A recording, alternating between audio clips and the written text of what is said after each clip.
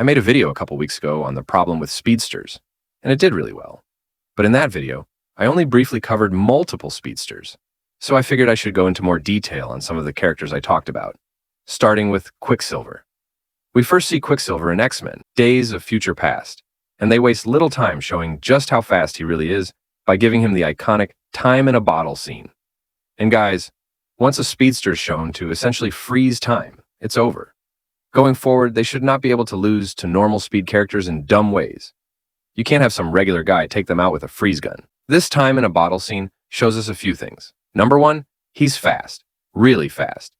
He literally jogs around the entire room and still has time to move bullets out of the way. Number two, he can think as fast as he moves. His perception matches his speed. We literally see him stop and think mid-run. Right here, he pulls the gun out of the guy's hand, pauses to consider what to do, and then makes the guy punch himself in the face. He's able to navigate the room precisely without crashing into anything. Super speed isn't just in his legs, it's in everything he does. He slows down time even when he's not physically moving. Let me repeat that.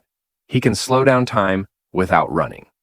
So, if he's ever in a sticky situation or unable to move, he can still slow down time just to think. Number three, his enhanced durability. This one's obvious. He's running ridiculously fast and not turning into melted butter. He's moving through water drops and brushing past inanimate objects without taking damage. This shows his body can handle extreme forces. I watched a video where someone said water at 60,000 psi can cut through bulletproof glass, and yet water droplets are doing nothing to Quicksilver. That suggests some serious durability. Then, we see him again in X-Men. Apocalypse when he saves everyone from the exploding mansion. And if you thought he was fast before, this scene shows just how overpowered he really is. I don't know exactly how fast the explosion or shrapnel was moving, but it's definitely faster than the bullets from the last scene. Yet Quicksilver makes it all look frozen. In that same video I mentioned, the guy said Quicksilver must be moving at around 8,000 times the speed of sound. He's literally just goofing around, while everything around him is in slow motion. His perception and movement are just insane. Now let's look at some fight scenes. First, the fight with Apocalypse. It's obvious Apocalypse has insane durability and regenerative powers. He's taking full-speed punches and healed instantly from a slit throat. But let's not ignore what I just said about how fast Quicksilver is. So how is Apocalypse able to see him moving in slow motion? Do you understand how fast you'd have to be thinking to perceive someone running at 8,000 times the speed of sound? That would make Apocalypse the real speedster here, which makes no sense because he never displays that ability. Also, when Quicksilver gets his leg trapped, why doesn't he stay in super speed mode? We've already seen that even when he's not running, he can perceive time in slow motion. He could have just stayed in that perception state, broken the dirt trapping his leg and escaped. Beast punches the dirt and frees him later, so clearly it wasn't that strong. Quicksilver also has super strength while using super speed. So again, why didn't he just punch his way out? In my opinion, Quicksilver should not have lost here. Next up, his fight against Jean Grey. You serious? Guys, remember, he's doing all this in like a nanosecond. Some people in the comments of my Speedster video said this is realistic because Jean can think at super speed and sensed he was coming. Bro, what? First off, that is never shown in the movies. You can't just take comic info and paste it into the movies. It's not the same thing. But let's say, hypothetically, she can think at super speed. How did she move her arm and the object at super speed? That's never shown either. For her to knock Quicksilver away like that, she'd have to be moving as fast as him. And guess what? She doesn't. Ever. She doesn't have super speed in the movies. And how did that even knock him out?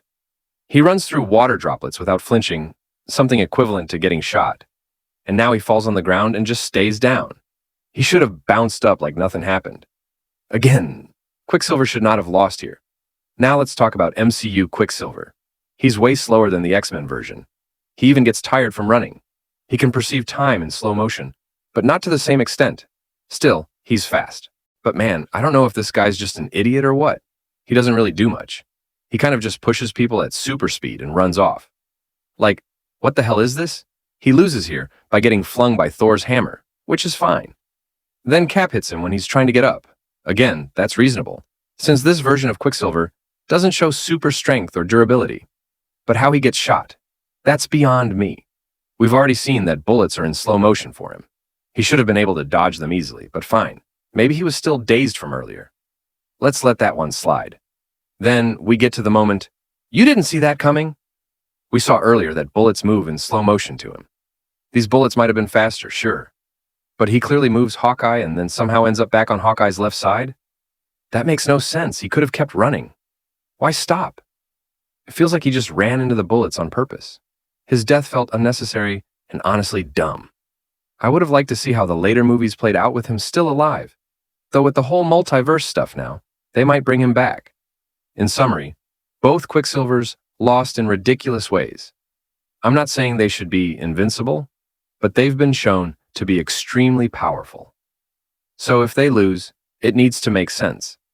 The consistency for speedsters is almost always non-existent, and it'll probably stay that way. Because let's face it, when a speedster can essentially freeze time, there's no reason they should be losing to someone with a freeze gun.